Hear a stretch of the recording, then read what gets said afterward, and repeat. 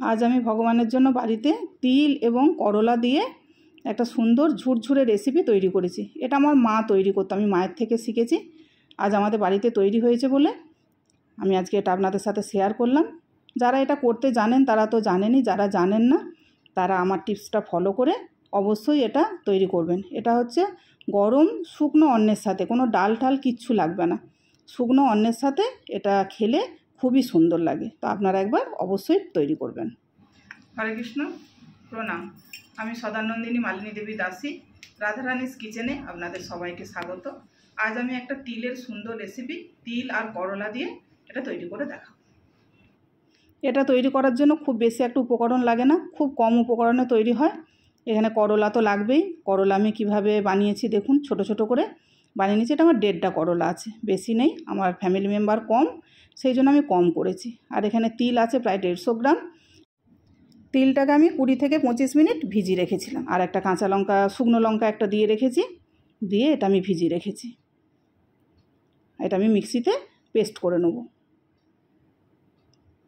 এটা দেখতেই পাচ্ছেন একদম ফুলে গেছে তিলটা।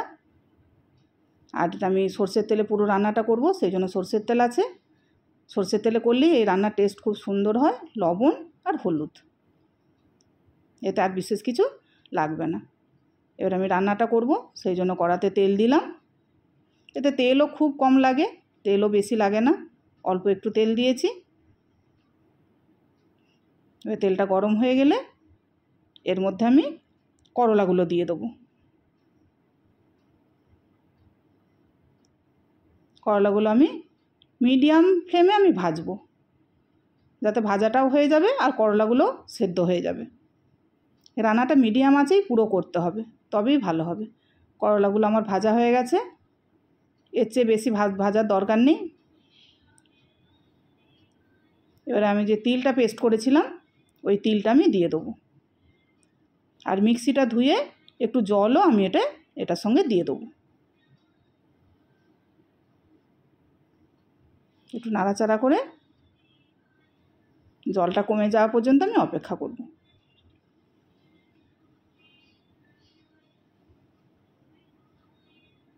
মিডিয়াম আঁচেই রান্নাটা করতে হবে।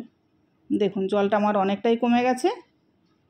এইভাবে আমাকে মিডিয়াম আঁচে ধীরে ধীরে নাড়াচাড়া করে করে এটাকে শুকনো করতে হবে, তবেই এটা ঝুরঝুরে হবে। আমি পরিমাণ মতো লবণ দিয়ে দিলাম, লবণ দিয়ে একটু নাড়াচাড়া করে নেব। আর কালারের জন্য একটু হলুদও দিয়ে দেবো এর সাথে। সাদা রাখলেও হয়, সাদা রাখলেও ভালো লাগবে, কিন্তু আমি একটু হলুদ দিলাম। আপনারা চাইলে হলুদ না দিয়েও করতে পারেন। দেখুন কালারটা হলুদটা দিয়েছি বলে কত সুন্দর লাগছে, ওই জন্য আমি একটু অল্প হলুদ দিয়েছি, দেখতে সুন্দর লাগবে বলে। আমি এটা সাদা তিলে করেছি। আপনারা চাইলে এখন যে একটা তিল পাওয়া যায় লাল রঙের, ওই তিলটাতেও আপনারা করতে পারেন, কিন্তু ওটা আমার কাছে নেই, তো সেই জন্য আমি সাদা তিল দোকান থেকে কিনে এনে করেছি। দেখুন কত সুন্দর ঝুরঝুরে হয়েছে। এটা আরও একটু ভাজা ভাজা করব আমি। এই রান্নাটা গ্রামের দিকে খুবই প্রচলিত।